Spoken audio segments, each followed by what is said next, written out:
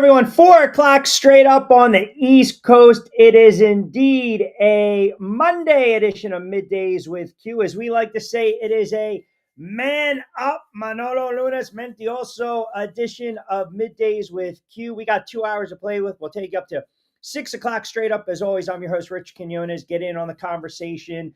We are on X. We are on Rumble. We are on my YouTube channel. And we are also on Facebook. Comment away because we know exactly what Mondays mean. We know exactly what Mondays mean. Mondays mean eventually on the air, on the show, we have to do some things that we just don't like doing. We have to man up. We've got to man up. We've got to sit there and praise the Almighty because of Manolo. God be with us. We got to get rid of the nonsense, the liars, the mentiosos. It's a lunes, it's a Monday. And we decide, hey, we've got to man up. Because ultimately, that's all you have in this life. All you have in this life is pretty much your word, as we like to say. That's it. It is your word. You know it, and I know it. And I got to say, I thought maybe I would come on the air on this Monday. Maybe I would enjoy a wonderful weekend because I was adamant. I was cocky. I was arrogant. I was pretty much who I am, thinking that the Knicks would come back and actually win a game and force a game 7 in the Eastern Conference Finals against the Indiana Pacers. Now, I've got a lot of issues with what transpired over last week on the show. I've got some issues what transpired over the weekend with the NBA and the Knicks and the Pacers. We're going to run through the gamut, the NBA playoffs, the NBA finals. I want to get in a little baseball. We'll get in a little Bill Belichick. We'll get into some NFL news and notes as well. But let me just start by saying my Knicks went out, and not only did they not even show up at home. And that's the other thing. I got suckered into listening you guys sit there last week and tell me to relax, to tell me to just settle down, that everything was going to be okay. Like you guys were trying to walk me off the ledge. Like I need therapy from the listening audience. First of all, you guys were waiting. You wanted to see, is he going to go against the Knicks when he does a Q-fecta? Is he going to go with the Pacers? Or is he going to back his play in this regard? And all I did is tell you what I thought.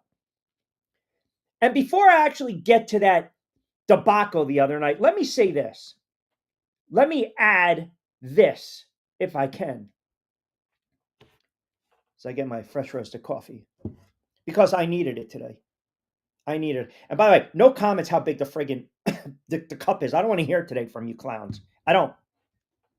All I heard was you're panicking after game 1. And did I not come on the air after the game 1 debacle, disgrace, choke job and say, quote, the series is over. The series is done. The series is lost. And that's exactly what happened. They were not coming back. And I don't care if you guys sit there and rail on me and say, oh, you're contradicting yourself. Would you turn around then and you wanted to back them and you had them forcing a game 7? What I saw the other night was a team that has no offensive identity. What I saw the other night was basically iso ball with 1 or 2 players. What I saw the other night, as nice of a guy, kid, man, if you will, that Karl-Anthony Towns is, he can't fit. It doesn't work with Karl-Anthony Towns in New York, with him and Brunson on the floor at the same time. It just doesn't work. This is not the hot take. This is not the contrarian view. It does not work. And I thought it had to be a fourth quarter game. I thought the Knicks had to be within striking distance, and instead they lose by 17. They could have lost by 25. They decide we're going to try to run and gun with Indiana. It didn't work. They decide we're going to have Karl-Anthony Towns once again shoot these ridiculous 3-point shots and not get his hiney on the low block. It didn't work. They decided, oh, you know what? We're going to give Josh Hart substantial minutes and he's going to produce for us. It did not work. The only player that showed up the other night was OG. That's it. That's it.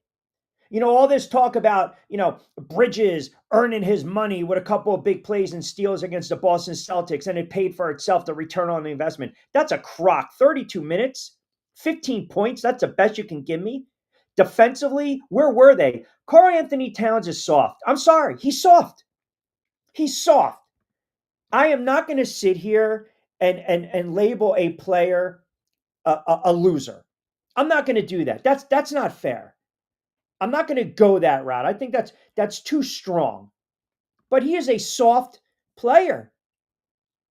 He is a soft player. And you saw it. We all saw it. And I just can't for the life of me understand why in the world you can be that good, that big, and yet you're so afraid to try at times to go strong to the rim. Now, we saw it, but it wasn't consistently. The flopping, the flailing, the whining, the crying after every play. I mean, it's bad enough I had to see Halliburton do that kind of nonsense. It's bad enough. But again, I mean, if I'm a Knicks fan, which I am, but I'm just speaking to the Knicks fan, I got to be beside myself. I have to be beside myself watching that nonsense. Because you had your best opportunity to get through the Eastern Conference Finals and go to the NBA Finals. That was your best shot. Everything opened up for you. Everything opened up for you. And it's just, you watch a game like that unfold, and it's just, it's nauseating.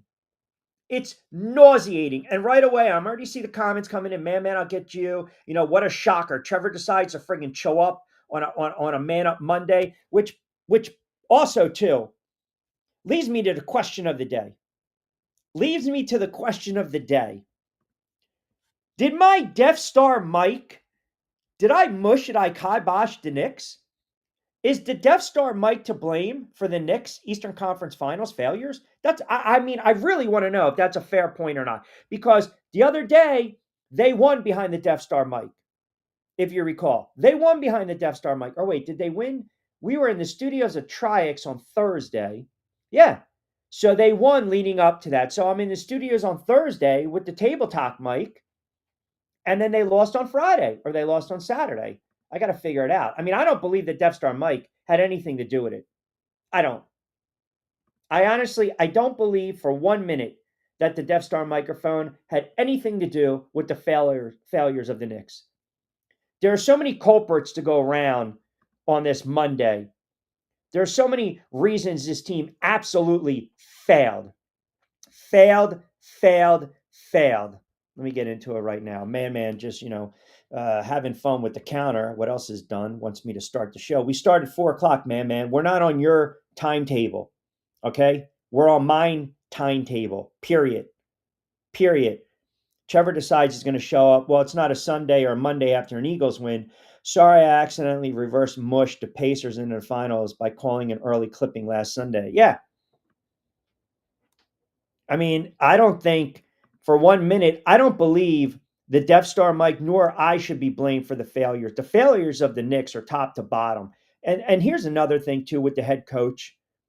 I have no problem saying right now, if the Knicks decided to fire Thibodeau, and this is not a knee-jerk reaction, but if they decided to fire Thibodeau, I would have absolutely no problem with that. We are behind the Death Star Mike because the Death Star Mike is not to blame for the Knicks' failures. It's not.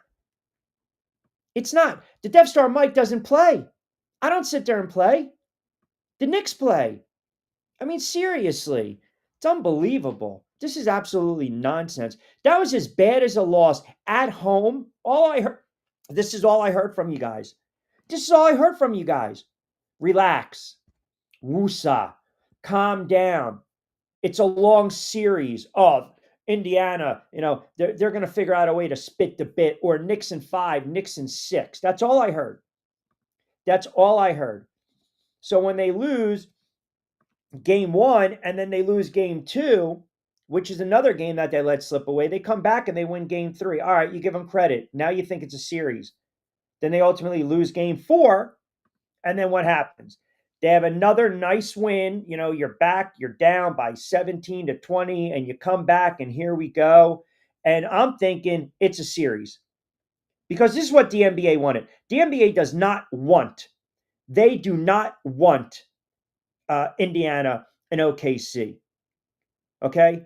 And yes, I'm gonna get back into my town stuff. He's soft. I'm gonna tell you why. He's soft. He played tough when he had to. When, again, you're down 20. When you're up and you're trying to secure a friggin' lead, he's out shooting threes. There was a point in that game, even when they were down every other shot or every other time offensively, Karl-Anthony Towns was on the floor. He was beyond the arc in the perimeter. Yeah, I'm sorry. I know the numbers. He averaged 21. He had 11 rebounds. He was 48% shooting from the field. He was 35% shooting from three-point range throughout the run. All down, by the way, from the regular season averages of 24 and 12. Thank you very much. 52 from the field, 42 from beyond the arc. So listen, was he an impact player for the Knicks this season? Yes, but he is the most frustrating player I think I've ever encountered over the last 15, 20 years as a New York sports fan. And it infuriates me. It absolutely infuriates me to see a man of his size decide, oh, you know what? I could dominate if I put it down. I could dominate if I turn around and I put it on the floor and try to get to the low block. Everything else is just beyond frustrating. Everything else is absolutely frustrating. Wow, cute. Towns is soft. I think he drove to the basket and played tougher than I've seen him play in years, in my opinion. I get the feeling, but I think after this one, it's unfair. It's not though. It's not. Hold on a second. Now all of a sudden you're glad that we got. So overall, glad you guys got what was coming to you. All you overzealous fans celebrating because you beat Boston, grow up and act like you've been there. Oh, I forgot that you haven't. Really? That's where we're going, Vince? That's what we're doing right now. That's where we're going on a Monday. Overzealous. I said Indiana, quote, was going to be a tough series. I never ever count my chickens before they hatch. I don't. I don't. Every time I've watched a game, I don't care if a team's up by 20 in NBA or 3 touchdowns with the Giants in football, which is a rarity, by the way. I never, ever have a premature celebration. Ever. I don't do it. I'm the complete opposite. I'm the complete opposite. I mean, call it what you want. I'm the complete opposite. I never feel my teams have anything locked up. I just don't. I don't. I honestly don't. Greg and New York Times and Q, 100% dead on with the monologues. So, Towns is not only soft, but he's very inconsistent. He's a headache waiting to happen. I think it was a mistake for them to bring him in. I don't think he's a losing player. That's not what I'm saying. I don't. I'm allowed to criticize a player's want, if that makes sense. And I think at times, and again, maybe it's me, right? Maybe it's me. I mean, yeah, that's a great point you bring up. That's a great point. You go from being a friggin' Steelers fan to now a friggin' Jags fan. What the frig have you won? You know what? Win your 4 games this year and then come on every Monday and we can talk football, Vince. We can do that. We can do that. Where have the Jags been? Right? I'm sorry. I'm sorry. Your new franchise. You should have stuck with the Steelers. You would have had a little more clout, a little more street credibility with me and the show. But now all of a sudden, that's shot to shit. And Trevor, thank you. I appreciate it on a Monday. You're manning up and you're backing me. See, that's what it's all about. You guys know I need that today. I need that today because of the weekend that I had.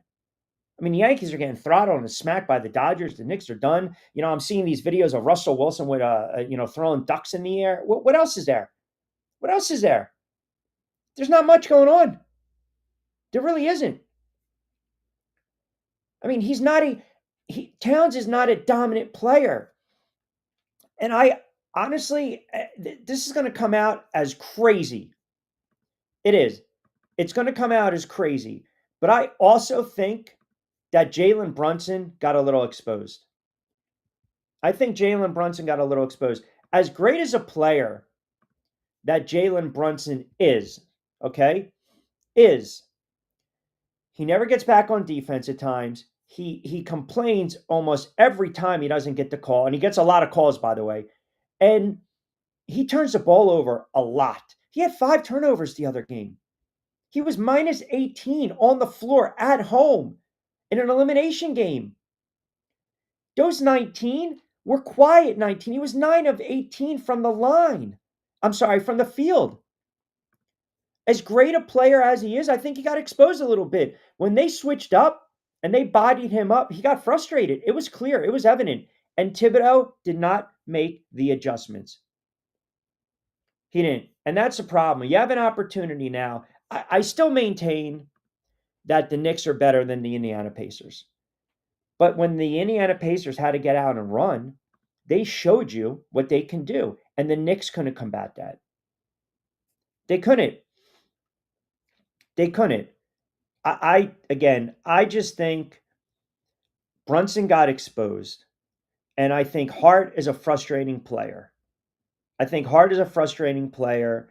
I still like Hart, but I don't know with the nucleus if you can win with these guys going forward. And that's what it's all about. And I just don't know if the head coach is the right head coach for this job going forward. The NBA is all about runs and it's all about adjustments. And if you can't make adjustments, you're in trouble. And you need multiple scores on the floor. And it was a lot of ISO ball. Look, Halliburton, Siakam was Indiana's best player. By the way, did anyone else love when Halliburton thought he was going to get the Eastern Conference Finals? Well, what the hell do I need to see Reggie Miller? I'm giving Reggie Miller props the other day, sitting there saying, unpopular opinion, he's pretty good analysis. And then I go back and I watch these games. Oh my God, was he friggin' biased half the time towards the Indiana Pacers, grinning ear to ear, sitting there for the trophy presentation. Get the frig out of there. I turned on Netflix. I was watching John Wick 4. I didn't want to deal with that nonsense anymore. I didn't. I don't need to see Reggie Miller. Get the hell out of here. Siakam was the best player on the floor. And I hope they get absolutely smoked by OKC. I hope they get absolutely smoked. Don't even give me a gentleman's sweep. Beat them in 3. We know you can't, but sweep them. I hope they absolutely get smoked in the NBA Finals. What an arrogant team. What an arrogant team, the Indiana Pacers. I don't want to hear that the Knicks are arrogant. I don't want to hear that nonsense. Sarge chiming in Q. I know that you're a little salty and you're a little sensitive on this Man Up Monday, but you did say the Knicks were going to win. It's good to see that you are manning up. I don't think your microphone had anything to do with it. Thank you, Sarge. I don't believe the microphone had anything to do with it as well.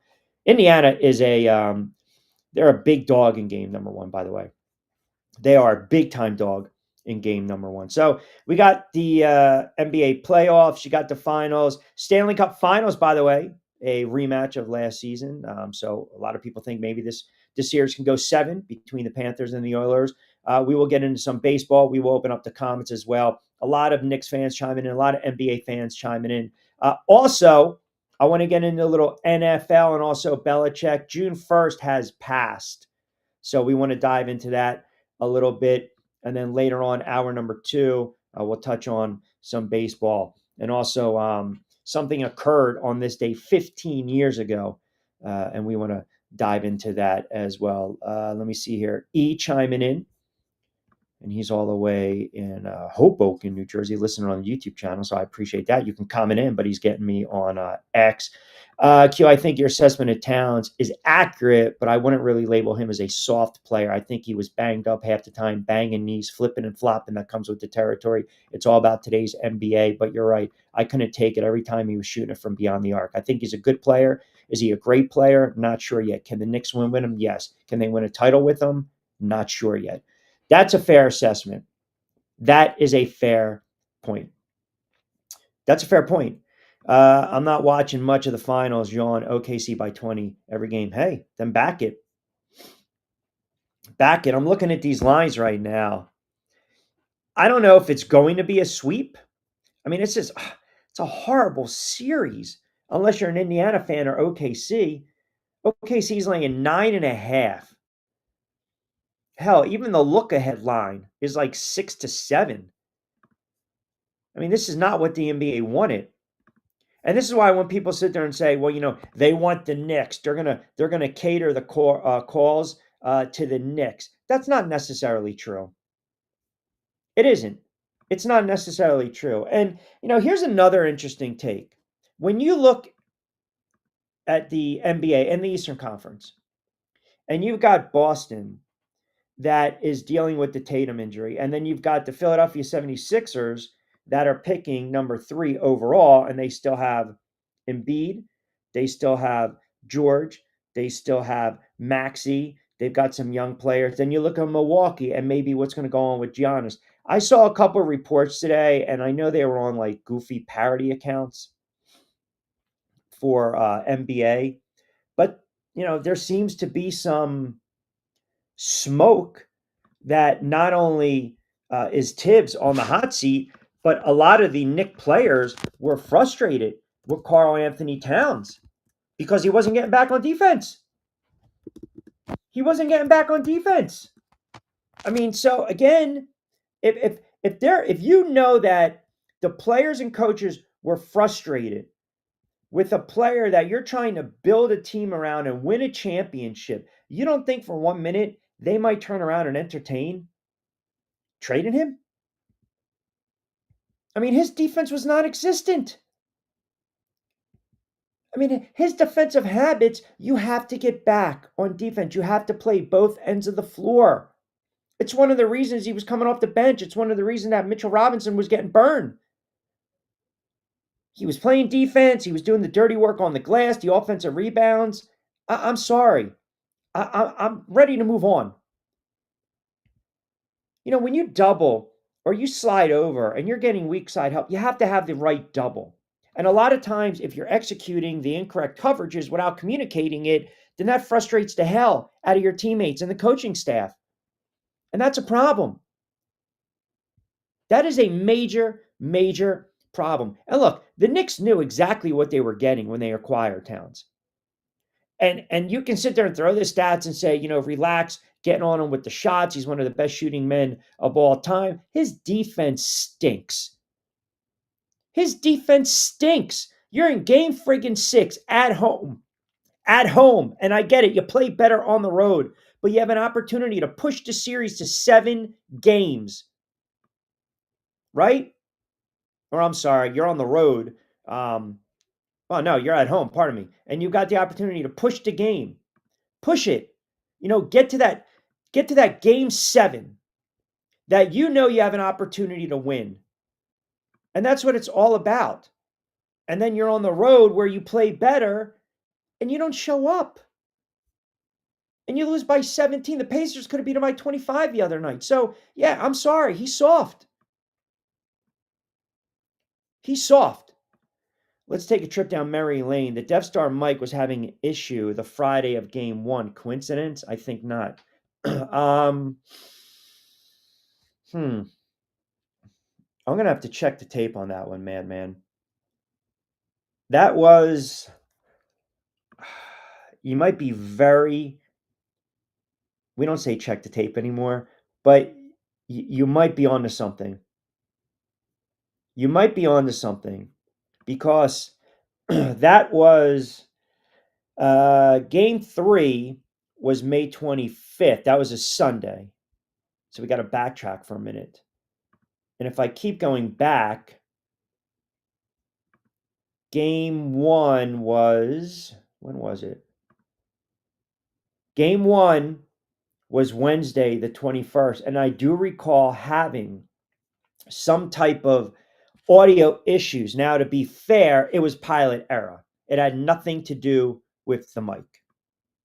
That's all. That's all. That's all it was, right? Incredible shrinking Hermano. I just got an alert from the emergency broadcast system that a Knicks fan is angry. Another early exit. I mean, come on, Angel. First of all, Eastern Conference Finals? You're a Sixers fan. Get out of the second round. But I'm glad you got that emergency broadcast system. That's it. What is that? The EBS system? We're running the test, right?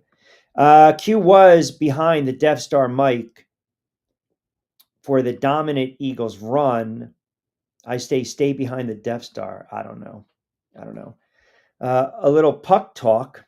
I'll get in at 5 o'clock. I'm gonna get in a puck talk. Little Stanley Cup Finals. We'll get in at 5 o'clock hour. Game 1 it was. Yeah, you're right. Yeah, listen, man, you're right. That's questionable, man. But see, I don't believe ultimately that the juju, right? I mean, look, we watch these games and we we don't like to get up from our seats. We get very, what's the word I'm looking for? Superstitious, right? Remote's got to be a certain way. Socks got to be laid out. You got to get the hat. You got to get the sweatshirt, whatever. Microphone had nothing to do with it. The microphone didn't have anything to do with it. It's just that the team decided to not show up. That's all. That's really all it was. The Knicks decided to not show up. The Knicks play better on the road, and they've got an opportunity to push a freaking game seven, and your two best players were no shows. That's really what it's all about. They were no shows. I don't care about stats at the end of the day. You got to be able to want the basketball late. You got to be able to want the basketball late. If you don't want the basketball late, pick another profession.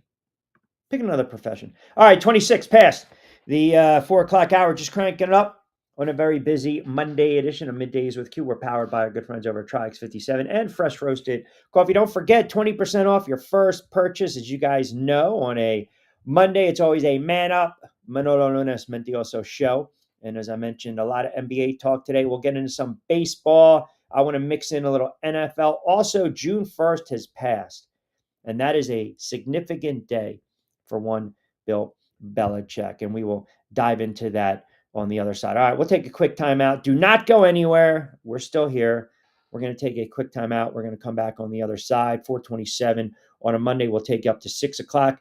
You can keep the comments coming in as well. You can also hashtag MWQ, Middays with Q. Check out on Rumble, Facebook, X, Twitter as well. We'll get to a lot more of your comments. I see a lot of you guys on Facebook chiming in as well, and always appreciate the banter. So keep it locked in. Quick timeout. We'll come back on the other side.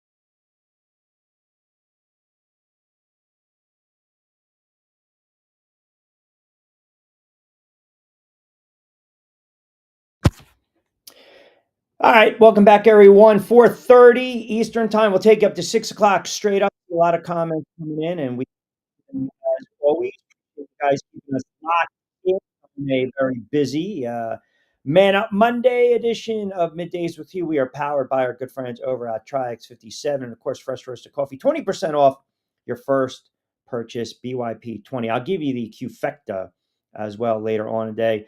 Question of the day, the Death Star Mike. It seems that you guys are blaming the Death Star Mike for the Knicks' failures. That's fine. We will continue to rack up the voting on that one. And also, you'll see the tick here below. A lot of baseball stuff going on. Phil's got swept by the Brewers, Mets and Yanks and O's. They all win. We'll get into some of the NFL talk.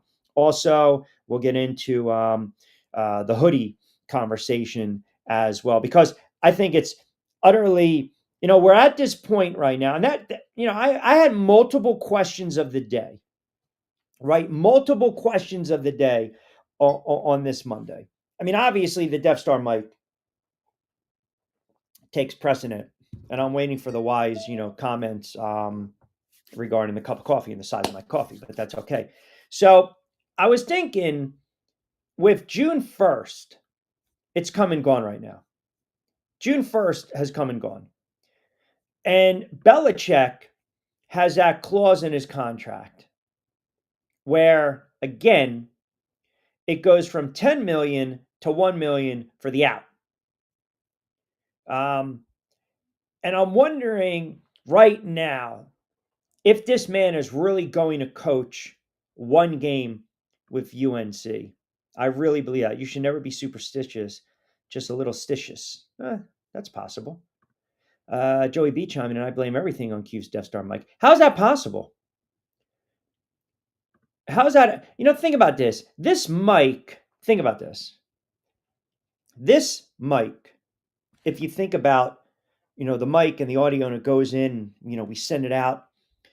Without this is the voice right here, right? I mean, it's me, but sending to you guys. So when I have my great rants, when I'm Johnny on the spot with the stats and the picks, and I'm breaking down and giving you the analysis, and you guys are loving it, it all goes through the Death Star mic.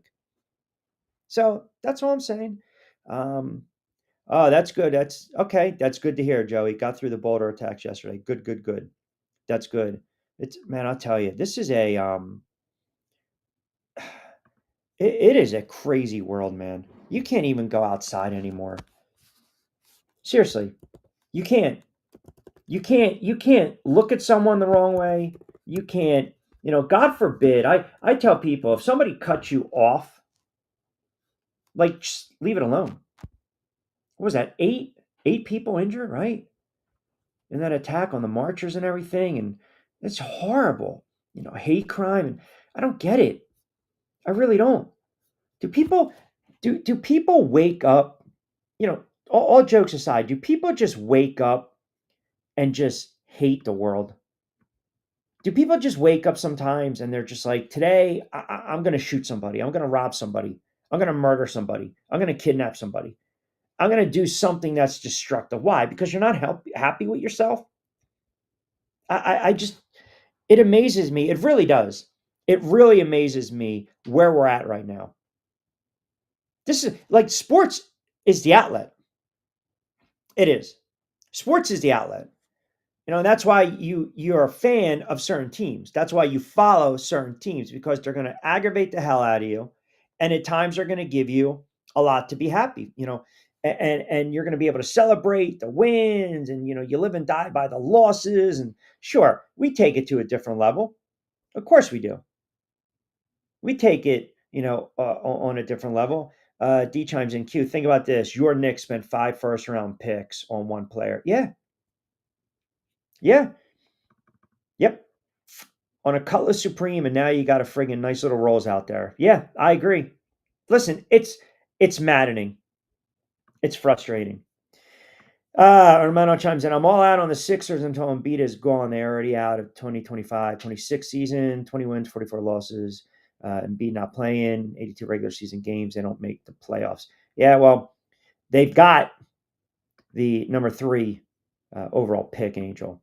So it'll be very interesting to see what the Philadelphia 76ers decide to do with the draft right around the corner. Because you've got now, you're building up a little equity in the bank. And also, you're at the point where, it's getting late kind of early. Larry chimes in on XQ, always enjoying your show and the rants as well. What do you think about the NBA saying goodbye to TNT, and now all of a sudden It's going to shift and move to Amazon Prime, and of course these new shows on ESPN. Yeah, pardon me. I know it's again. This goes back to the conversation I think we had a couple weeks ago. Well, I've had this conversation on the air for years, and for those that have already heard it, I don't want to belabor the point, but this is kind of where we're at, where um, it's all about the streaming apps and the streaming service. And I know the argument's going to be, well, where do you kind of draw the line? I don't believe like TNT inside the NBA belongs on TNT. It just does. It just does. And now you've got the transition to ESPN, and you've got very, very vocal talent on inside the NBA. The guys are fantastic. I always text my buddies. I'm like, is Shaq allowed to talk? Because sometimes, he just sits there. He doesn't say anything. But you've got very vocal talent. Kenny, Barkley, Shaq, EJ Ernie does. Ernie Johnson does a fantastic, fantastic job, right? And now the shift goes to ESPN, and I believe that if you want to keep the show at its core, right, and just keep it loose and freewheeling, and the guys are opinionated and they have fun, and it's ad-libbed, it's not scripted. That's the beauty of that show on TNT. I mean, that's really it. I mean, we all grew up on the NBA on TNT, right? I mean, it's great programming inside the NBA. It's great stuff. And now you're going to go to a network that will make certain concessions with those that they want to make certain concessions. The mothership is different. The mothership is totally different. So they want to, if they start to take away that creativity, then that's a problem. That's a problem. Barkley doesn't care. Shaq doesn't care. Kenny Smith. Listen, they made a substantial amount of money in their post playing careers. I mean, Shaquille O'Neal is his business acumen as far as being an entrepreneur and an investor in clubs and restaurants and car washes and food chains. I mean, he's and wardrobe. It's on another level. When you have money, you spend money to make money. I mean, these guys are rich. They're wealthy. But they want to keep it going because they're at their point of their lives, and everyone aspires to get to that point where you have the FU money. You don't even have to pick up the phone. And I hope ESPN doesn't try to put them, under their thumb, if that makes sense, because it works perfectly. It works perfectly, and you don't want to touch something that works like that. Pardon me. The friggin', by the way, the pollen, still, it's horrible. That's another reason I'm aggravated. The pollen is absolutely just on another level. It's just go away with the allergies and the nonsense. I don't want to hear it. I don't. Will chimes on X. Excellent sentiment and thoughts on NBA on TNT. You're right. I'm afraid that ESPN is going to try to take total creative control away from these guys. It's a possibility. Don't mess with it. Hopefully not. Hopefully not. I mean, they wanted inside the NBA for a reason, because ESPN is really not good at producing NBA studio shows. They're not. I mean, what show, when you think about some of these shows on some of these networks or various networks, don't you want compelling content? Now it's 5 or 6 different talking heads. I mean, these guys have an opinion. They're sitting there interviewing Karl-Anthony Towns and saying, why do you have dumb fouls? Why do you get dumb fouls? Everything now on the mothership is basically, I got a must mute. Must mute. And you can't keep coming in and out with rotating cast and host and reporters and keep trying to find the right formula. It's like the Cleveland Browns for years trying to draft a quarterback. It does not work. It doesn't. Set it and forget it. Get the talking heads up there. Let them develop chemistry. Let them get their repetitions. Let them develop a rapport and leave them alone and give it time. And that's one of the reasons that they wanted to go after inside the NBA. And they wanted to grab very good content because that's exactly what it is. It's really good content. It's compelling content. And a lot of that's lacking. It really is. All right, 4:45. So the June 1st deadline has come and go. I guess so. It's almost like the second question of the day regarding Bill Belichick. Do you guys honestly believe that Bill Belichick is going to coach one game? One game for UNC. One. I don't believe he is. I don't. I don't believe at the end of the day he's coaching one game. I think this was beyond. I don't even know if we want to call it a stunt.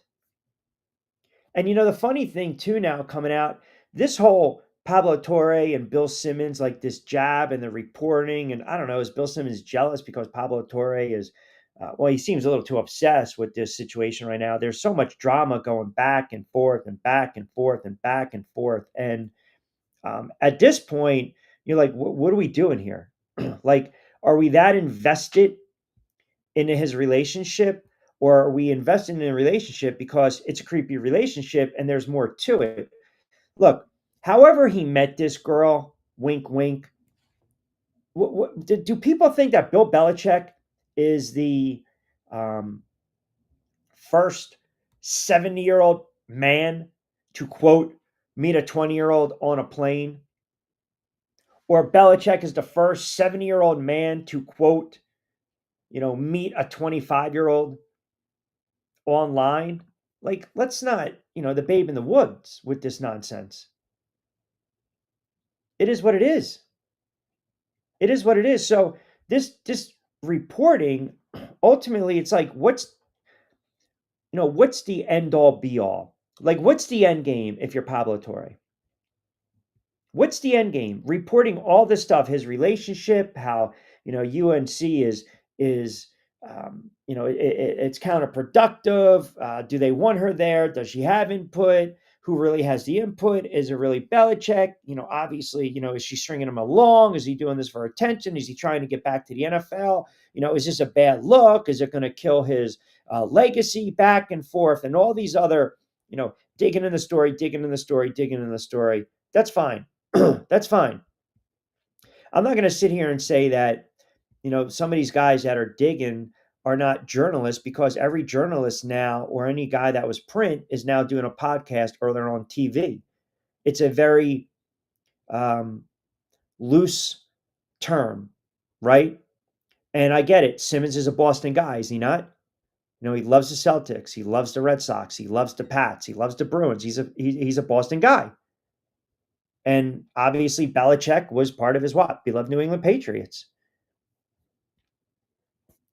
So I don't really get into, the Vanity Fair and the athletic articles. All I want to know is this legit? Is Belichick really going to coach UNC? Or is this basically a means to an end? Is this basically Belichick now using this because he knows ultimately it could maybe get him back to the NFL? And the other flip side to that, and I haven't heard a lot of people talking about this. What's going on right now with Bill Belichick and his personal life, his relationship with this young girl? Does it, with an NFL team, do you believe NFL teams are now looking differently at Belichick? Do you think now they're looking at him like, you know what, this guy has just lost his fastball, man? He's lost his fastball. We want absolutely nothing to do with him. What do we got here? KC chimes in on X. Q Giants fan. I've been following the Belichick, but why do you keep bringing up June 1st? What's the significance of that? Because that's that was his contract at North Carolina. He's got a buyout. He's got a buyout. So that buyout now drops basically to 1 million ahead of his first quote season in Chapel Hill. So his deal was worth 50 million, I believe, over 5 years. Yeah, because it's 10 apiece. So he's got the first 3 seasons guaranteed. But he also has a preferred buyout term. That was 10 million if the contract was terminated prior to June 1st. Now it's dropped to just 1 million. That's his out. Do you understand now? That's his out. So now it's dropped to 1 million because June 1st is passed. So if Belichick decides to hell with this, see ya. No harm, no foul. It is the more fascinating and bizarre sports stories in recent memory because you're talking about an all-time great head coach, arguably the greatest head coach in NFL history, and some might argue the greatest coach in North American sports history. Now, I'm not going to go that far. I'm not going to go that far just yet. I mean, look, he's been a winner, but you also need players. And you can look at, again, the Holtzmans, the Auerbachs, the Scotty Bowmans. You can look at the Bill Belichicks. You can look at the Phil Jacksons. You can look at the Pat Rileys. I mean, the list goes on and on and on and on and on. But he's arguably one of the greatest NFL head coaches of all time. And part of me is like, now all of a sudden, but why college? Are you doing it just to stay relevant? Is there a reasoning behind this? Or do you believe maybe this helps you get your fastball back? Or maybe you're doing this because you want to prove to the NFL you can still coach. I don't know. I just don't know. I really don't. Will chimes in on X, Knicks fan Q. I think everything you said is spot on regarding Karl-Anthony Towns. He's getting to the point now. He is definitely a frustrating player. I've been a Knicks fan for 26 years, and I got to be honest with you. The flopping, the rolling, the crying, I mean, I can't take it anymore. I'm not as adamant as you are when it comes to perimeter shooting. I don't care anymore. It's a new NBA Q. You got to get with the times. But I understand what you're saying. He's just not that guy. Look, we know where the NBA is, right? Outside, inside, we get it. The biggest issue that the Knicks now have going forward is that, what are you going to do? Are you going to wait and wait and wait? And you're going to wait to see who's going to be available, who's going to be free for you? Are you going to wait to see if you got one more year left, one more window of opportunity? And that concerns me because the way the Eastern Conference is, you had an opportunity to get to the NBA Finals. And if you get to the NBA Finals, I'm not going to sit here and blow smoke and say the Knicks were beating OKC. OKC is a very good team, but I think the Knicks would have given them more of a challenge than I believe the Indiana Pacers will be. That's all I'm saying. We know how the NBA is now. It's a different league. It's a different league. And maybe I'm too old school, but I know, at the end of the day, you have to have a big man down on the low block. You have to be able to play half court offense.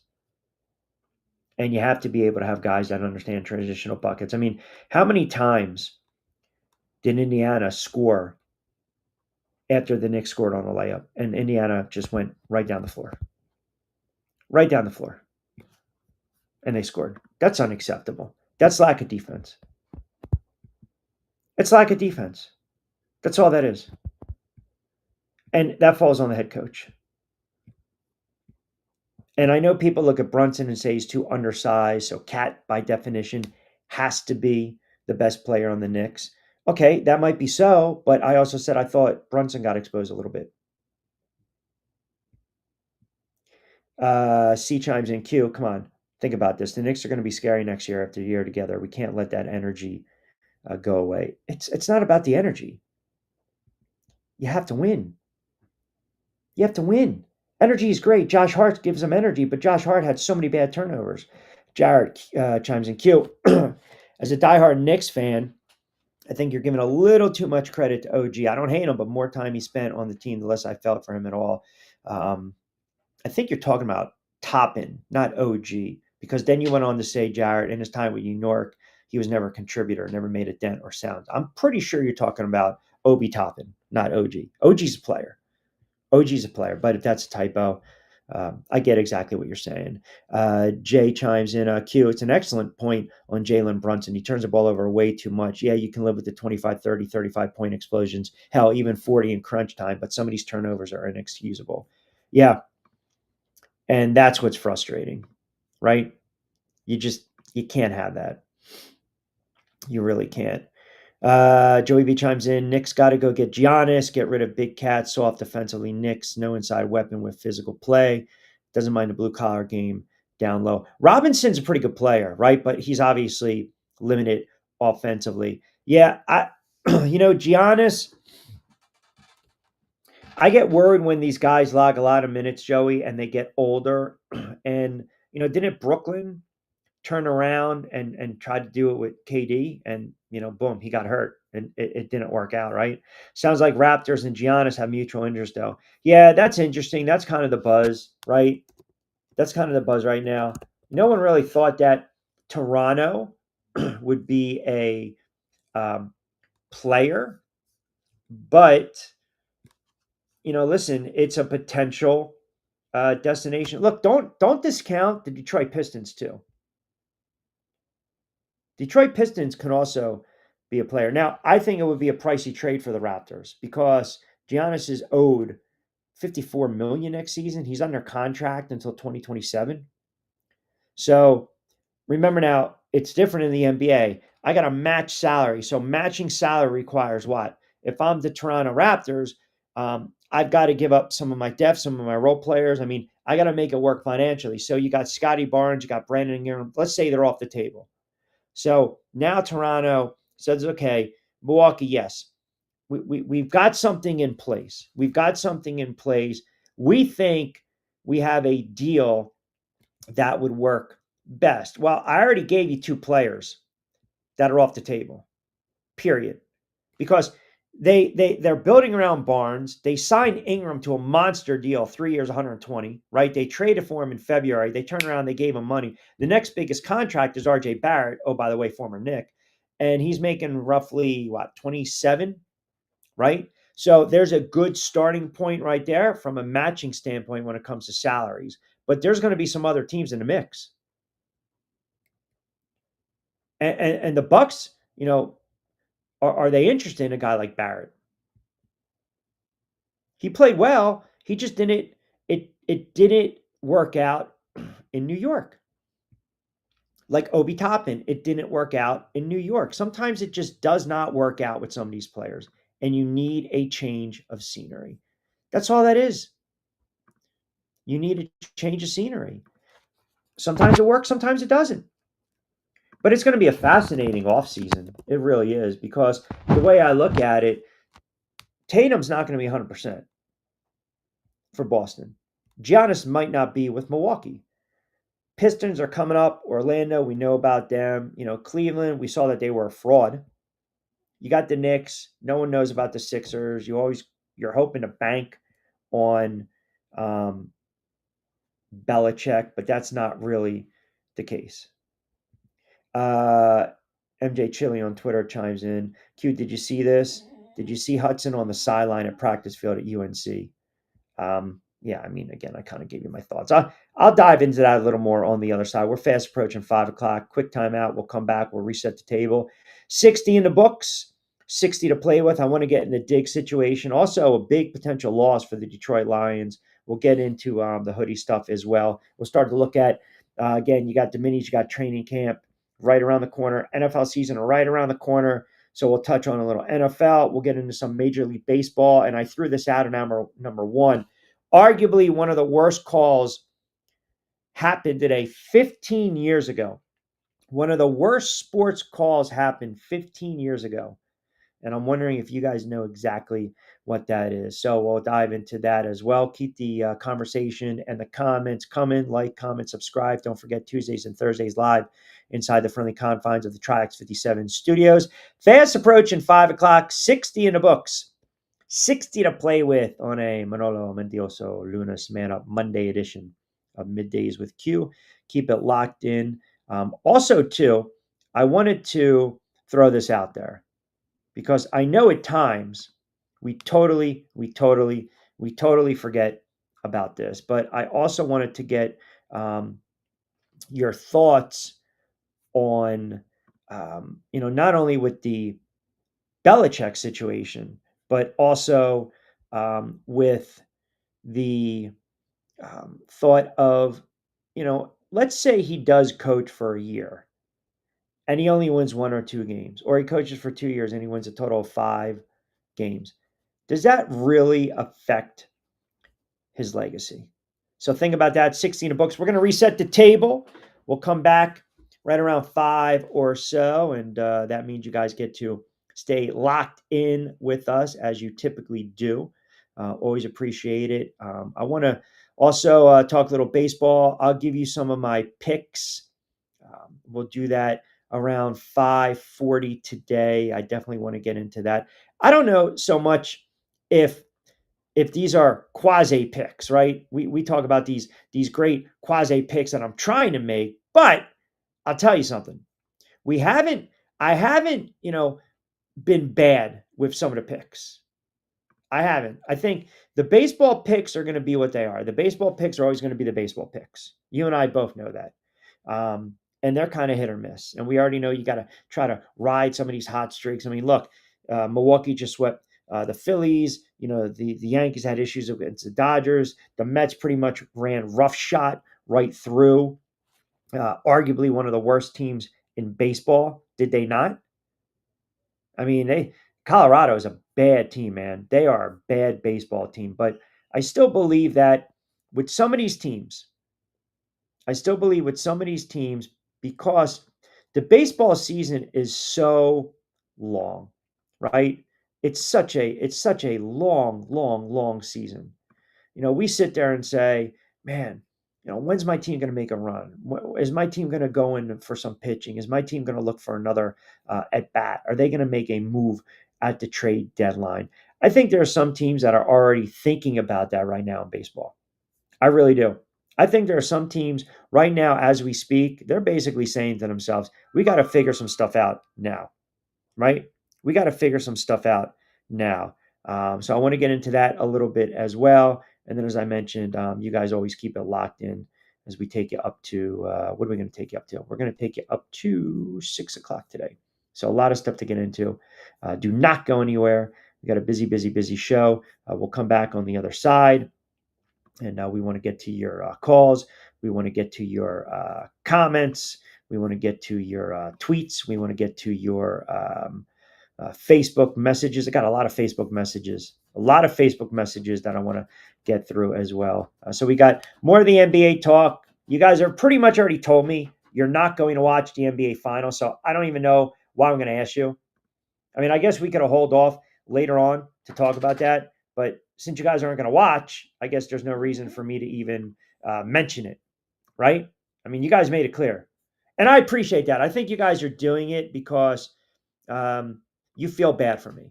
And you guys figure, we're not going to allow Q to go down this road by himself. And that shows a lot of class by you guys because that's what I need. I need you guys to hang tough with me. I need you guys to hang tough. Do not watch Indiana. Do not watch OKC. You can bet on the games, but do not watch the games. All right, 5 o'clock straight up on the East Coast. Reminder, this is Middays with Q. Rich Quinones here. We are powered by our good friends over at Trix 57. Also, fresh roasted coffee and Play It Again Sports. Quick timeout. We'll come back on the other side.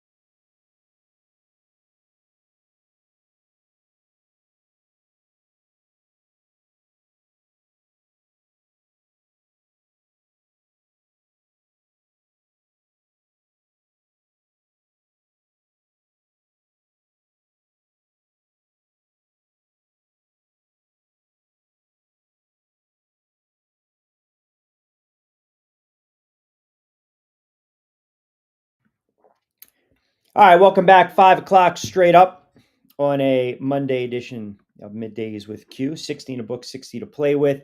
We'll get to more of your comments as well. Don't forget, you can get social with us. We got the question of the day. Death Star Mike blaming my Knicks. We got the ticker on the bottom as well. And we'll do our Q Fecta in about 15 or 20 minutes before we get out of here. A lot of stuff, again, as far as baseball plays. Trevor chiming in. Q, what's the take on the NFL expanding to 4 teams in Europe? 4 teams, or do they take Vince's Jags and another team? If that is the case, do new NFL markets emerge in the U.S.? It's a great question. So the NFL, I'm kind of interested in this, right? We talk about expanding, and I think along with the NFL trying to look in different markets, right? Let's hold off on that for 1 second. If they're going to go from 17 to 18 games, which we all believe they're going to do that. We believe they're going to do that.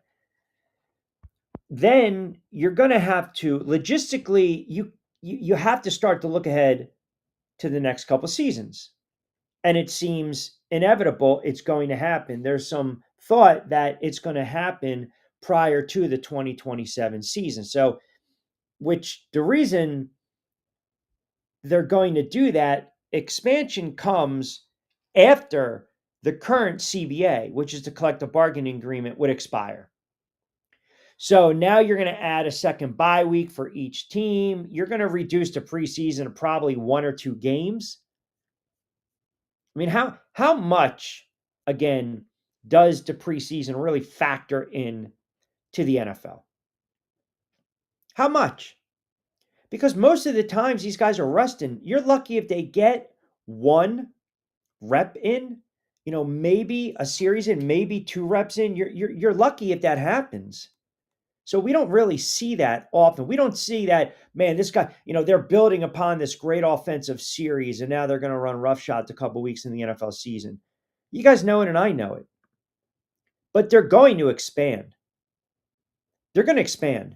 Horrible idea for Euro teams. Are you saying players, are they based in Europe, right? Or European players, or having the American players on these Euro teams? I can't put anything by the NFL. I can't. If they go 18 games, then you're going to see an influx of international games. And I heard some players said no one wants to play an 18th game. Okay. All right. We'll see. When you got those incentives, those clauses, everything starts to kick in, you'll play. They will play because it's more money in their pocket. They're not going to play. They're not. That's why you got to chop down the preseason games to 2 or to 1. You go 18, you chop down the preseason games, you're still going to have a February Super Bowl. But you start adding extra buys and you keep the preseason the way it is, now you're talking about a March, and then April's right around the corner for the draft, and then you're in OTAs and minicamp. I mean, these guys have time to rest. I mean, when are they going to be able to, recharge the battery and get healthy? See, Vince's team, Jacksonville, is the fly in the ointment here. They are. Because they want London. They want London. You know how many games they played in London? You guys can double check, but I believe they play the Rams. Let me double check real quick because we like to be accurate. Yep. So they play, I mean, I could have asked Vince. He should have their schedule by heart, no? 1, 2, 3, 4, 5, 6. Week 7, they play the Rams. That would be their 10th or 11th game in London. They're going. London is going to be like the hub. Mexico is going to be the hub. Brazil, Spain. You are going to see teams playing overseas 2 or 3 times a year. And that's got to be a pain in the ass. Traveling wise, logistics, scheduling wise. I can tell you, the players that I've spoken to over years, especially some Giant players that played in London, some were just like, no. Great to go over there, nice experience. Nobody wants to play the game. Nobody wants to play the game. So to Trevor's comment or thought or question, adding these new markets, where would you add new markets right now in the US? Where would you add new markets for the NFL? Like, what would be a great market right now that no one's thought of? So you got New York, you got Florida, you got Ohio, you got Texas, you got the Midwest, right? You got Detroit, you got Chicago, you got Green Bay, you got good areas, you got Philly, good market, Washington, great market, Kansas City, good market, Vegas, they already got there, right? Out west, LA, San Fran, Seattle, where else? Where else? Because you can't just add one. You can't. I mean, you can't. Go and look at all the teams. This is why the divisions are spaced the way they are. There's 4 teams to a division. So you throw that 5th team in there, where are you going to stick them? That 6th team in there, where are you going to stick them? You're going to throw another, right? Portland? Portland for football? I don't know. I don't know. Did you read that somewhere? I didn't hear anything like that. Portland, Oregon? Portland, Maine? I mean, that's, they've got soccer, basketball, hockey, right? I think they had professional football back in the day, but they were not NFL teams. By the way, the Trailblazers were a great franchise. Like back in the day. I mean, I know they're still with Portland, obviously, but they were a great franchise. When you brought up Portland, I was just thinking of the heyday with those teams back in the day. Utah? No way. You're not going to be able to sell liquor, right?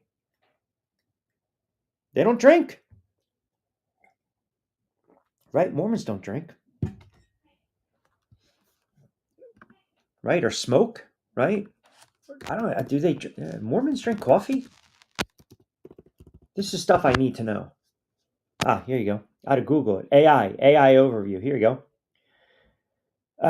Did you know the official like the name of Mormons? Like the commercial that we used to see when we were growing up? That would be the Church of Jesus Christ of Latter-day Saints. They're discouraged from drinking coffee, tea, caffeinated beverages as a matter of religious practices. Now, does that include alcohol? Let me see. AI. Should I ask this question and plug it in? Do Mormons drink alcohol? Is that appropriate? Is that PC correct? Mormons drink alcohol. Let's see what they know. That's coffee. Pops up again. Mormons drink alcohol. Aha! The word of wisdom, a revelation received by Joe Smith, not that Joe Smith, prohibits the consumption of alcohol. So guess what? Utah's off the table. What are you going to have? What are they going to have as a sponsor? O'Doul's?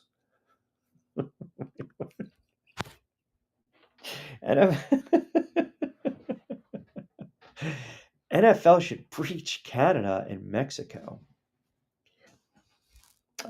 Canada's, CFL, Canadian Football League. Mexico would be a major market for the NFL. You kidding me? Love football. They're going to go to Mexico City 2025. Estudio Azteca. Did you guys know that? Uh, Lee on X. Q, did you really just Google if Mormons can drink alcohol? Laughing my ass off. I did. When in doubt. When in doubt. So, how about this Stefan Diggs? He was at OTA, and like, everyone's talking about the boat stuff, right? I heard some people go on TV and say because of those videos. Well, there's two schools of thought here. So, uh, obviously, present for voluntary organized team activity OTAs, but he was absent all last week with the video on the boat, and that's when Mike Rabel basically stressed the importance of good decision making. Someone on X tweeted at me the other day when we were talking about it, and they're like, maybe he was telling people not to touch the baggies because it was a gender reveal, which I started laughing. I said that's pretty damn creative. But there's some guys that, some of these talking heads that are already saying, hey, if you're New England, cut them. Cut them. I mean, I don't know. I don't believe you're going to do that just yet. I mean, he's going to be their number one offense. I know the NFL is investigating this, but it's already nonsense with the um, New England Patriots. And then the other story, well, a couple stories coming down from the NFL. Detroit, their Pro Bowl center, Frank Ragnow, said he's retiring. That's a huge. He's 29 years old. That would be a huge blow to the Detroit Lions. Now, I still think they're going to be one of the better teams in the NFC. I still think they're going to be one of the better teams in the NFC. And I know we had a little fun talking about it last week, how the conferences shake out and the totals and the wins, losses, and all this stuff. Nothing yet with the Eagles and the 49ers with the deal for Huff. That looks like it's pretty much going to be a done deal. And then the other, I think it's interesting. So, and this is for the guys that get on me about Shador Sanders. So Dion came out and said that the pre-draft reports on Shador Sanders did hurt. Like he got very defensive, and everyone expected this kid to be a first round draft pick. He dropped all the way to fifth round. Cleveland selected him. So you see all these videos on X about Sanders and OTAs, and he's slinging it. And there is a write up done that, hey, let's call for what it is, right? Let's call for what it is. So he is impressing people during OTAs. He's dominating OTAs against guys that are going to be bagging groceries in a couple days. Now, we'll just leave it where we'll leave it from those reports. Don't get too caught up on what you see. Highlights, videos, guys slinging and firing the football. Every player looks great. They're in shorts. They're coming in shape. They're ready to go. Don't get all, consult with Cram from Mount Laurel on the Dig story. He's knowledgeable on boats and illicit substances. Wow. We're going to need a ruling on that. Is that, I feel that comment by the Bunker Boys right there, I believe that comment is airing dirty laundry about this individual in Mount Laurel. That's what I believe. And that almost comes across as a potential, maybe a day ban on the show. I mean, that's, to me, I'm going to put that back up. That to me is almost airing dirty laundry. This individual that you speak of, this Cram from Mount Laurel, never met the guy in my life. He could be a wonderful person. He could be a hardworking gentleman. He could be a guy that gets his hands dirty and never complains. And now all of a sudden you're going to take a shot across the bow, no pun intended, Trevor. I mean, the Bunker Boys got a lot. I mean, the size of their friggin' balls is unbelievable. Unbelievable. I mean, I'll tell you why. I don't know about that. I'm going to have to go, and I might have to actually bring Angel back into the mix on this. I might have to, because there was also this thought that when Angel was riding shotgun, right? When he was riding shotgun, Angel was the one that was picking and choosing the comments. That's what I'm saying. Mentios on Monday continues. This is unbelievable. This is it's unbelievable. It's unbelievable. I don't know where you guys come up with this kind of stuff. These are shots. These are unwarranted shots. These are unwarranted shots across the bow. Unwarranted. This individual could be a really nice individual, and you're going to sit there and just make assumptions. Bunker Boys. It's June. So the B-Boys love the fact that Saquon's on the cover of Madden. Hurts got paid and he backed it up. MVP the Super Bowl. The Eagles won. Sirianni got the extension. And this is the only reason the Bunker Boys are starting to kind of chirp. The Phillies suck right now. They just got swept. The Flyers stink. The Sixers are the Sixers. So they got the Philadelphia Eagles. And this is what they do. And those that tune into the show, you guys already know. You get it. Come July and August, the Bunker Boys, September rolls around. It's going to be 13-4, 14-3. They're going to win the NFC East. They're going to be the best team out of the conference. They're going to represent the NFC. They're going back to the Super Bowl. They've already won it. Why even friggin' play?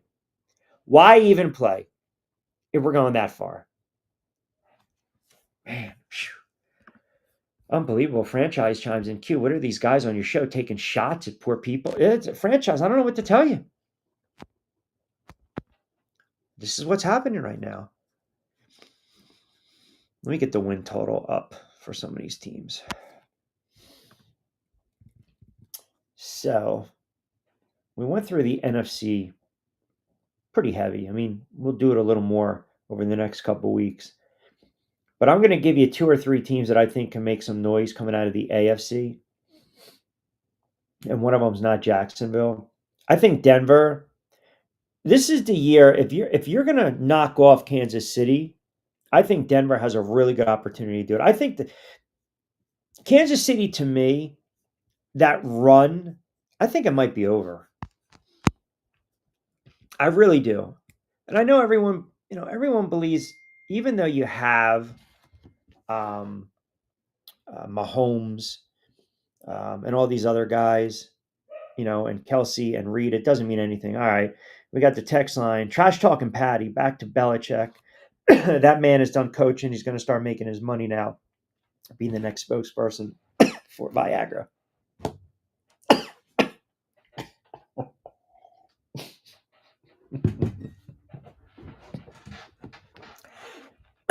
I'm a little verklempt. What's the other commercial? What was the other commercial? What was it? Was this not Cialis? No, that's not it. I don't know. I have to pull it up. No, that's not it. Yeah, see, I can't even read some of these comments on X because that's not nice what you guys are saying right now about the other commercials. No, I'm saying, I don't know. What are you talking about, man? Here we go.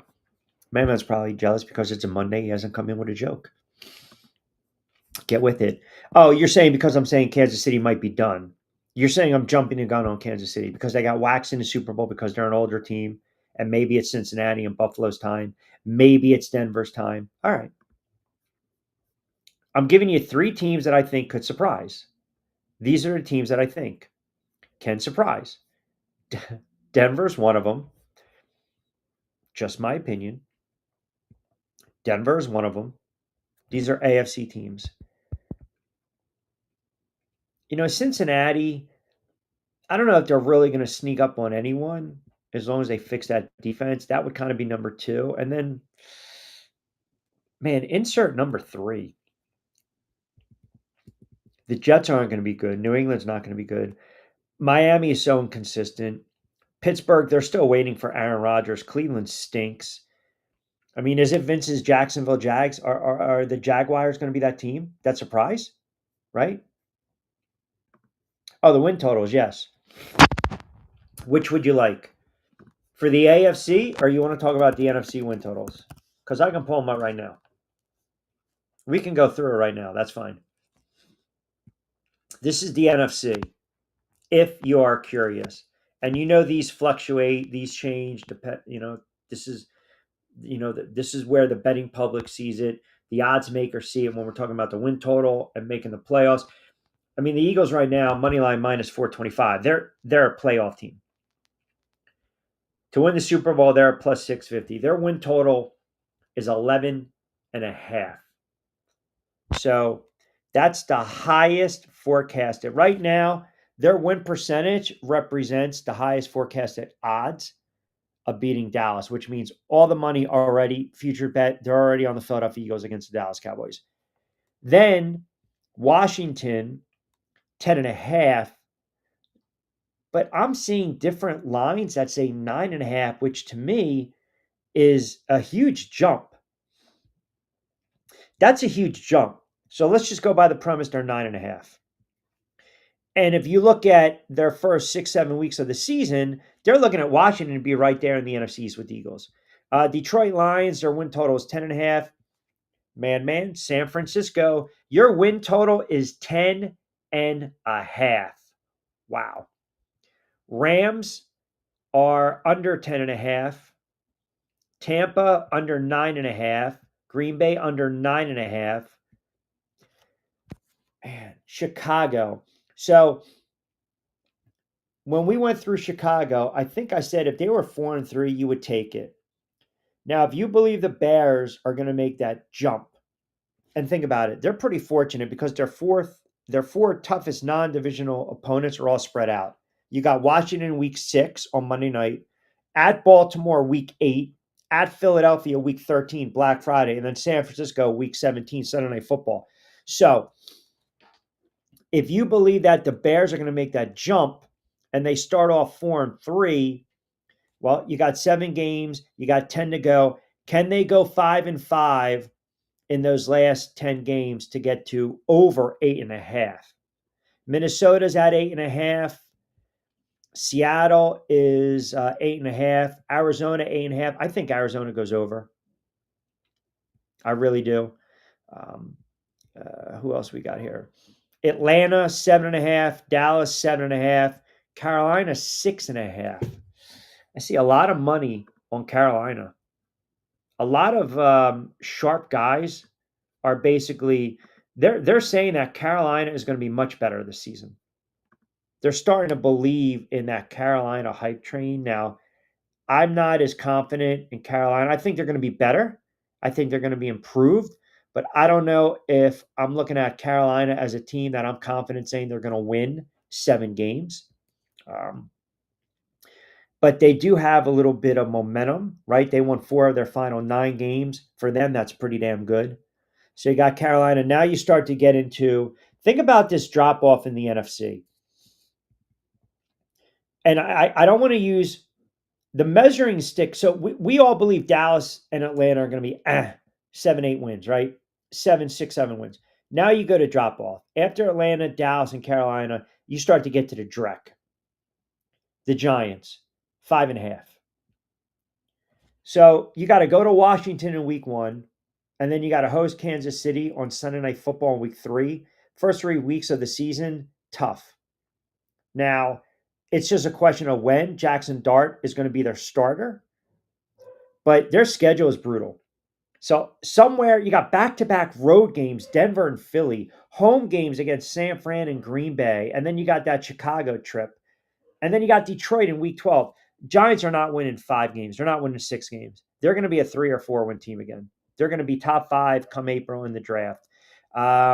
Saints, 5.5. Now, do you believe the Saints are a team that can win, 6, 7 games? And we're still talking about the quarterback situation.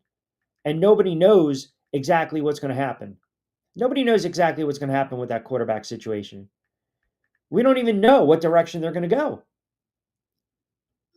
So you've got Tyler Schoen, you got Spencer Rattler, you got the kid Jack Hayner. This is after Derek Carr's retirement. That's why I think the Saints are going to make a run at Jameis Winston, or hell, they might try to get Kirk Cousins or Aaron Rodgers.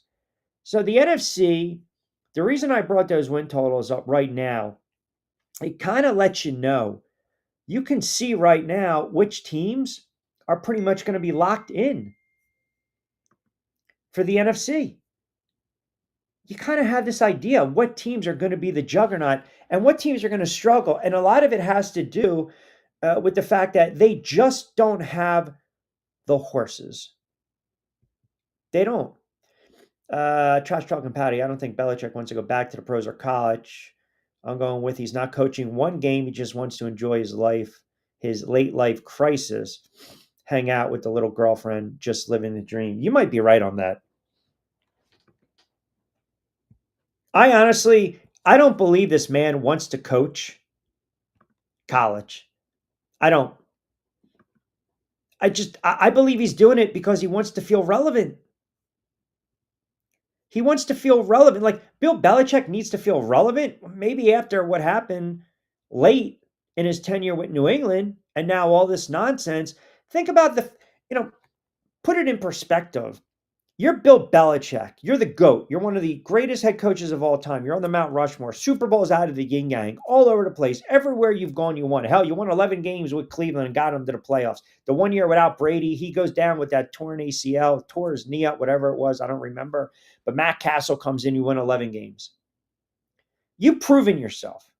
You're an NFL lifer. Gold jacket, it awaits you. Bust, it awaits you. Why college? Why? Because you missed a bug? I'm just not buying it. I'm not. All right, 5:30, quick timeout. We got 60, we got 30 to play with. We'll take you up to 6 o'clock. We'll get to some more of your comments, some more of your tweets as well. Keep it locked in to a Monday edition of Middays with Q right here, powered by our good friends over at Trix 57. And of course, from our good friends at Play It Again Sports and Fresh Roasted Coffee.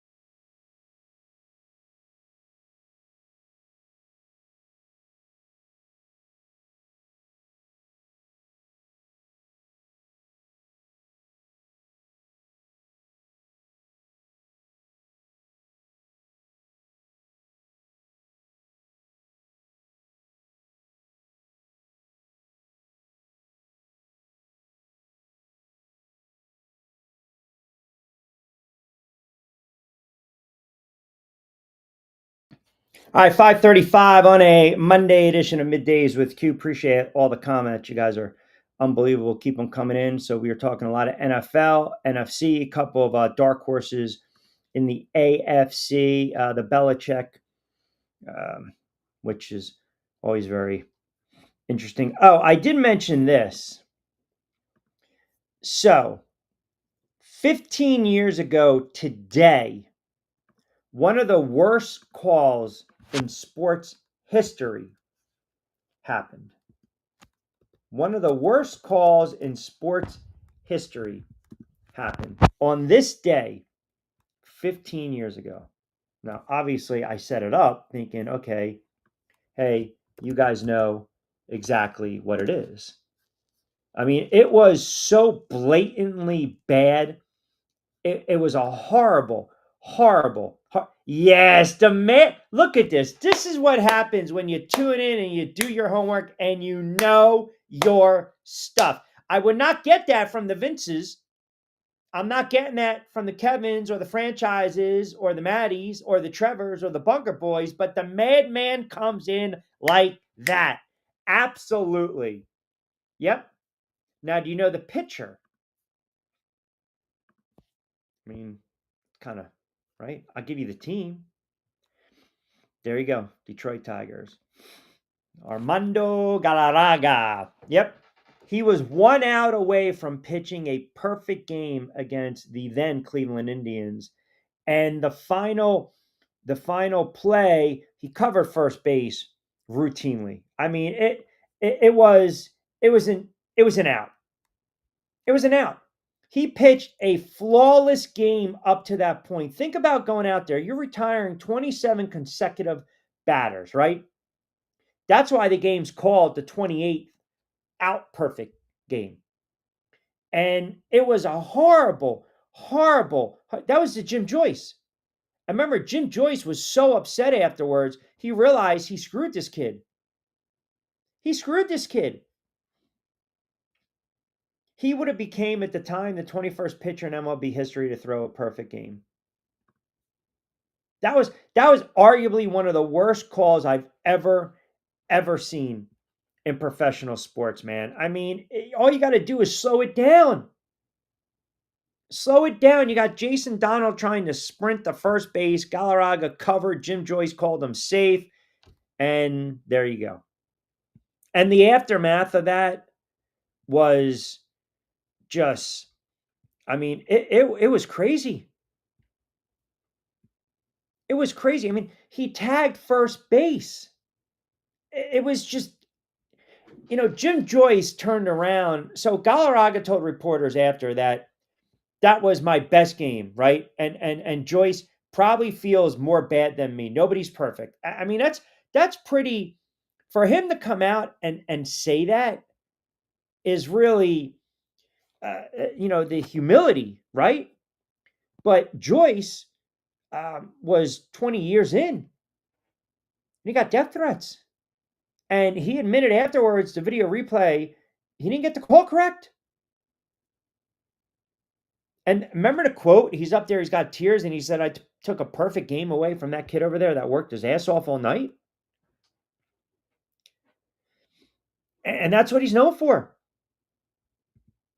He was convinced that at the time, Donald beat the throw. And then he saw the replay. And remember, too, the great broadcast, right? Ground ball, right side. Cabrera will cut it off. Galarraga covers. He's out. No, he's safe. He's safe. He's safe. I mean, it was bad. It was bad. That was arguably, I've thought of some really bad calls in my time as a sports fan, but that was just one of the worst. One of the worst. I mean, and you can be sympathetic and, you can come out and support both guys, but man, I'll tell you, after that, and it always happens after the fact, right? That's when all the writers were coming out saying, hey, we got to get instant replay in baseball. And at the time, baseball had instant replay.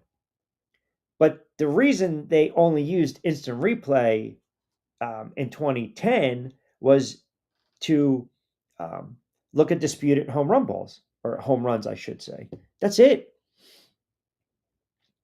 And the other thing, the writers and a lot of the fans were in an uproar, and the fans wrote letters and went on talk and whatnot, sports talk, and a lot of the writers were trying to push Bud Selig to overturn the call and award a perfect game. And Selig basically came out and said MLB will look at expanded replay and umpiring, but he didn't really get into Joyce's call. And you know, the fact that they didn't overturn it, it's really unfortunate.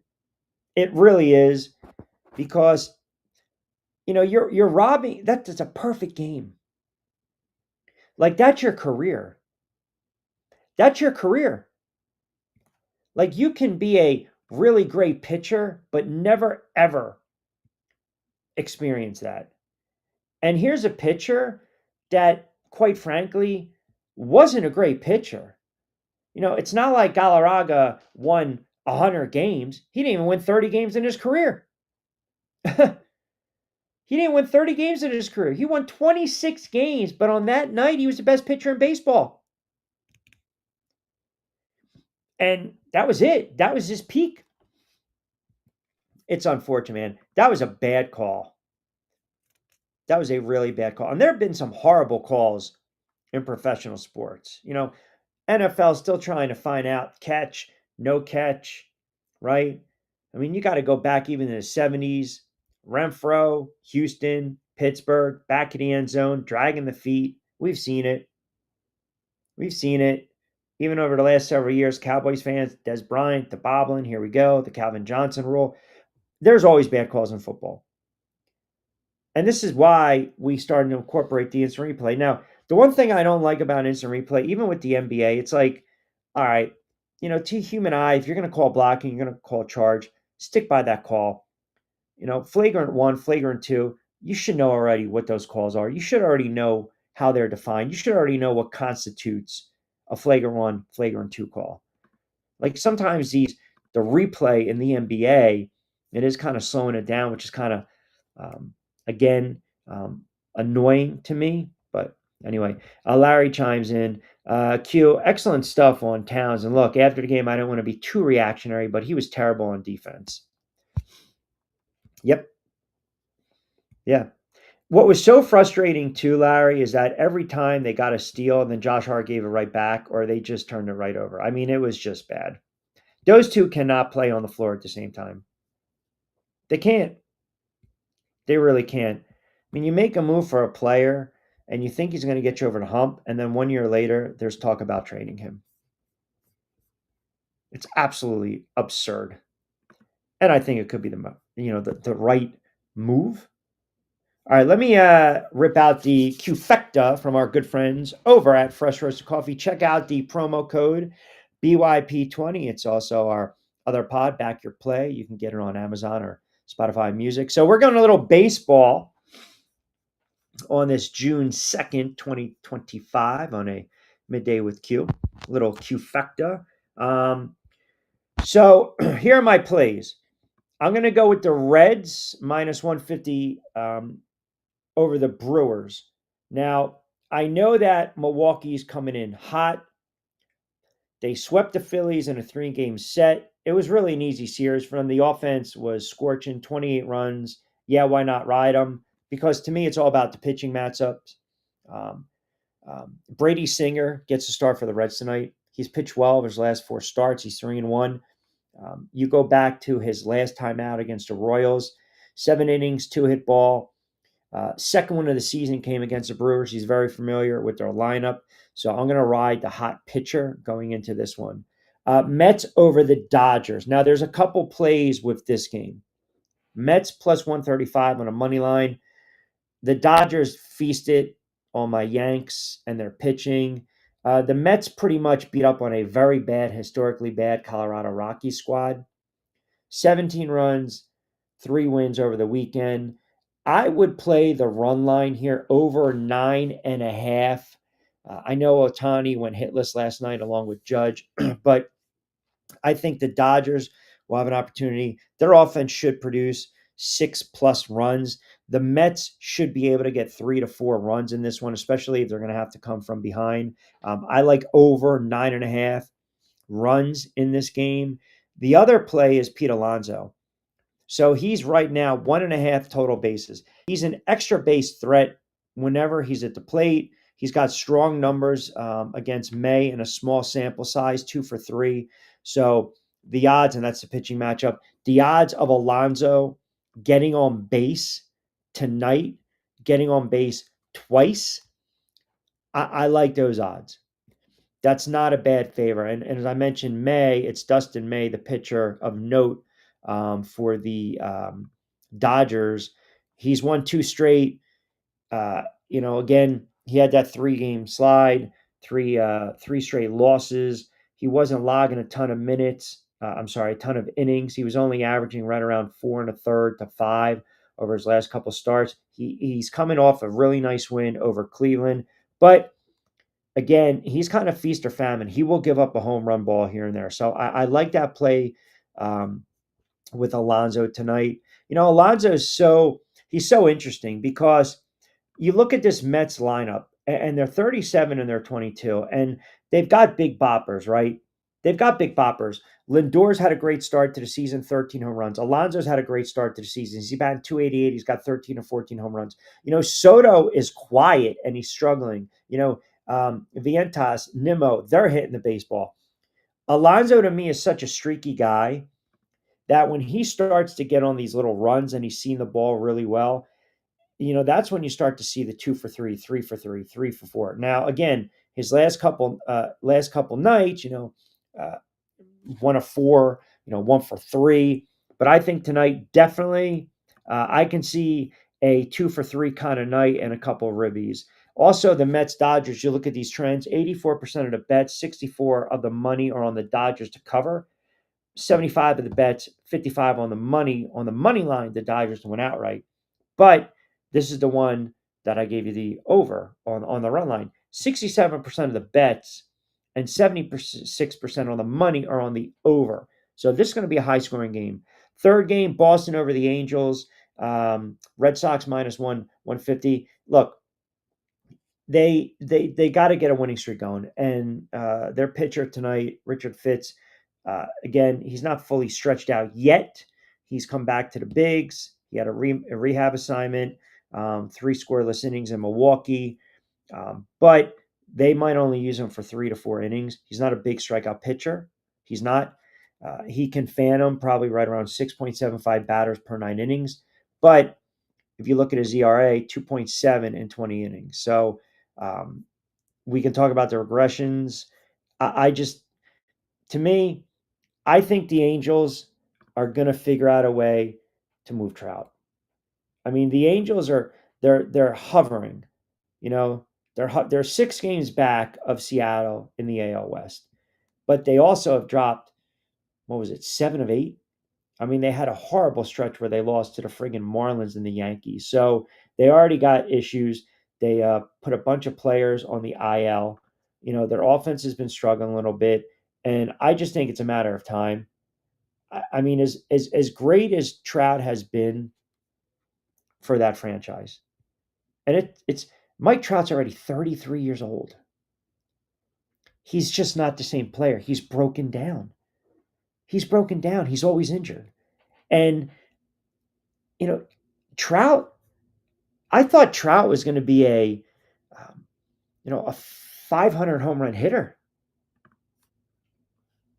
The start of his career, but you go back to 2020, 2021, that's when his body started to break down. Now, 2022, he played in 119 games and had 40 home runs. But then 82 games, 29 games, and so far 32. I mean, he's sitting on the cusp of 400, but to me, Trout had the makings of easily. If he didn't get hurt some of these years, he'd probably have about 450, 460 home runs.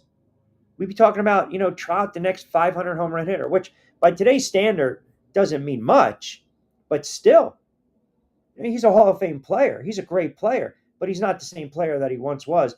I think the Angels eventually will look to move players. I really do. And it's a shame because he's been the face of that franchise. He really has. And it's it's a decision, man. It's a decision. And he's he's missed a month already this season. So what do you do? Great player, but not great anymore. Not great anymore. And it's unfortunate because he's been the face of that franchise. Yes, obviously Ohtani, but now Ohtani's with the Dodgers. And I don't know what you're going to do. I think he's batting fifth. I think he batted fifth Friday. It's what Ron Washington had him batting. It was the first time since 2011 he's been anywhere below third in the batting order. I mean, that's what do you do? What do you do with a guy like Trout right now? Do the Angels want to move him? Put Trout back up in the order? He had a pretty good weekend, 5 for 10. Um, or are you going to move him up, or are you going to move him down? You're going to have him playing right field soon. I mean, man, and with the trade deadline right around the corner too. I mean, July's right around the corner. I don't know what you do with Mike Trout. He's a great, great player, and I know everyone, in our backyard, the idea, the thought would be, oh man, the Phillies need a bullpen. The Phillies need bullpen help. That's what the Phillies need. They need bullpen help. And I know they are predicted to maybe make a move and land him. Like that's the thought. Hey, they're going to pick up the phone. They're going to see. But is a 3-time MVP who's not the player he once was, okay? Um, is that going to move the needle? Is that going to be a mid-season altering type of trade? This has been a pipe dream for the Phils and Trout since what? 5 years now? 5 years? And he's spent his entire career with the Angels. And they're going nowhere. And this is nothing new. So you got injuries, inconsistency, and that's what's plagued them for 4 years. So is there an outside shot right now? Now, again, if you're the Phillies, your biggest need, it's clear. It's bullpen help. I mean, their pen stinks. Walker just got moved to the bullpen. They're trying to shake up the rotation. You got to reshuffle the staff. And oh, by the way, kiss of death, Death Star Mike, Death Star microphone. Who did I say take a flyer for the NL MVP or NL Cy Young? Luzardo. Luzardo just got absolutely hammered the other day. So there's another kiss of death for you by yours truly. Go ahead. Bet these games at your own peril. Phillies need a hitting coach. Once the playoffs, if they make it, any of the well-coached pitching staffs will make the bats go silent again. They need a bullpen. They need bullpen, man. I mean, their bullpen stinks. That's one of the reasons they had to shake up the roster. I mean, you've got Ruiz designated for assignment. Johnson's called up from AAA. Walker's now moving into a one-inning relief role. And I think the other kid, the young kid, Abel, is going to replace Walker in the rotation. Nola, you're dealing with injuries there, right? So Walker moves back into rotation. Nola hits the injured list on the 15th. So you can't trust Aaron Nola. We know that. He's getting older well. He's logging a lot of innings and time. I mean, right now, if you're a Phillies fan, yeah, offensively, you're in a rut, but the bullpen stinks. These guys don't have nothing on their fastballs. Their bullpen ranks 13th in fastball velocity. I mean, it's just, and I don't know yet if Harper's going to play. That's the other thing. Harper's got the issue with his right elbow. Now, we thought he was going to be in a lineup over the weekend. He's not. He's expected to play Tuesday, but he hasn't played since he took that pitch to his elbow last Tuesday. And there was thought that, okay, he can return against the Brewers. They would have loved him offensively. They didn't do much, and their pitching got rocked. They got swept. They need a lot of help right now, the Phillies. And I get it. They won 36 games. They're 36-22. The Mets have a one-game lead in the NL East. Right now, the Mets are minus 110 to win the division. You got three very good teams right now in the NL. The Mets, well, four. The Mets, the Phillies, the Cubs, and the Dodgers. They're all pretty much 36-22. The Cubs are really surprising. But their issues, you got to fix that bullpen. Scary stat that I didn't keep up on. Nola's first 10 starts, 16 runs, yeah. So it's almost like Hamels back in the day, right? And you guys know me. I like Aaron Nola. I've interviewed him several times. I think he's a good pitcher, but I don't classify Aaron Nola as a go out. Here's the baseball. Go out and win me this game. Pitch 7 strong. I'm not saying he can't do it, but Nola to me, and he's had a moment here and there, but Nola to me has kind of been an enigma. And to Man's point, you're right. If you're not getting the run support, it puts more pressure. It's more taxing on a pitcher, right? He's logged a lot of innings. I think it was 2023, maybe 2022. He didn't get any run support. He was 11-13. He didn't get any run support. Now, he pitched well last year, but again, you want to see that ERA probably right around 2.8. His best season statistically was 2018. That was his best season statistically. 17 games, was close to winning 20, had a couple of tough luck games, no decisions. His ERA was running around 2.37. He's a strikeout pitcher. And he logs a lot of innings. But I don't believe he's do I trust him in the big spot? Do I trust Wheeler more if I'm a Phillies fan? I trust Wheeler more. I do. Now, granted, he didn't pitch particularly well his last time out. 6 runs, 4 hits, 4 walks. In 5 1/3 in the second game in the loss against the Braves.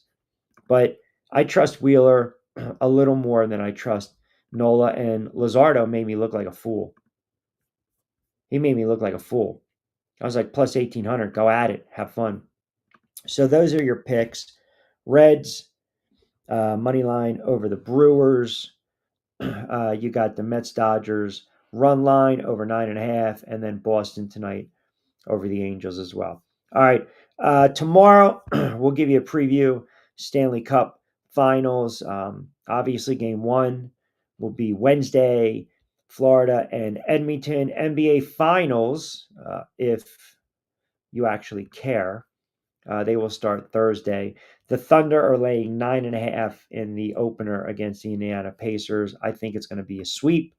The Pacers might be lucky to get one game. A little more NFL talk tomorrow. We'll see if we can squeeze in Lloyd Vance. Costco on college. We want to get his thoughts on what's going on with Belichick as well. And Steve Gardner later in the week on baseball. So a lot of stuff to dive into. Keep it locked in. We'll be back in the saddle tomorrow from 4 to 6.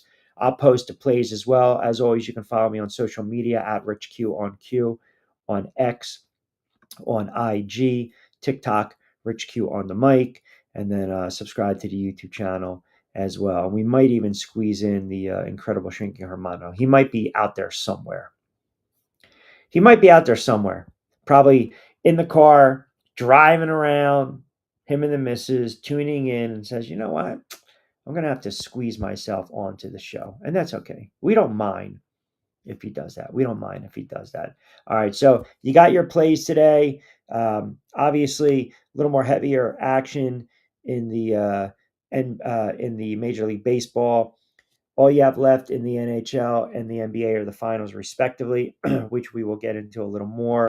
More baseball plays. NFL will start to break down these divisions. I'm really kind of taking a look at the totals of some of these divisions. So we'll kind of walk through and we'll get your guys' thoughts on that as well as we're fast approaching the 6 o'clock hour. I want to remind everyone, again, don't forget to like, comment, and follow TriX57 on Facebook at TriX57. Great stuff with the comments on a Monday, on a busy Monday edition, as we like to say, Mentiroso Manolo Man Up Monday edition of Middays with Q. We will be back in the saddle tomorrow. Everyone have a wonderful Sports Monday. Enjoy the nice weather out still, right? I mean, the day now starts to get stretched out.